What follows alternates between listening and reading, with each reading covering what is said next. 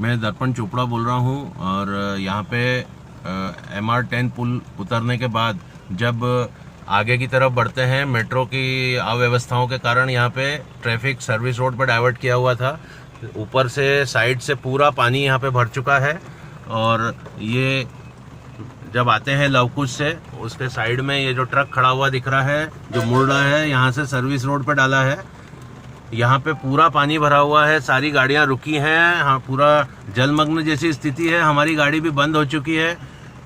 Zonal officers को 1 घंटे से फ़ोन करा है, काफ़ी टाइम हो गया है। कृपया किसी को भी यहाँ पे रैपिड एक्शन का नंबर मालूम है तो बताइए, हमें शेयर कीजिए। हमने लाइव लोकेशन इस ग्रुप में डाला है, राजेंद्र भैया से बात हुई है, टीम भिजवा रहे हैं। कृपया मदद कीजिए प्लीज़।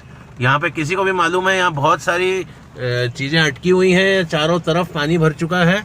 ये पानी मेट्रो की अव्यवस्थाओं के कारण है कि क्या मालूम नहीं, सब तरफ पानी पानी दिख रहा है। सारी गाड़ियाँ डूबती जा रही हैं, ये तैरती जा रही हैं गाड़ियाँ। यहाँ पे ये लोकेशन शेयर किया है, कृपया मदद भेजिए, कृपया मदद भेजिए।